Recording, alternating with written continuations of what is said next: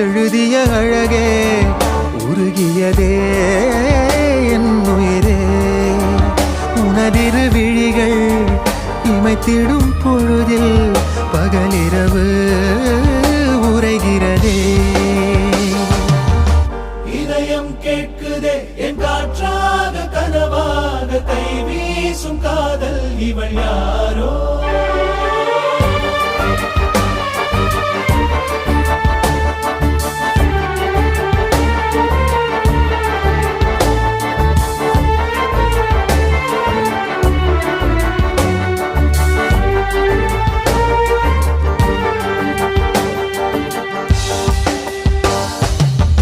தேவதையின் விழியில் விழா காணும் பொன்வானம் அழைக்குது அருகில்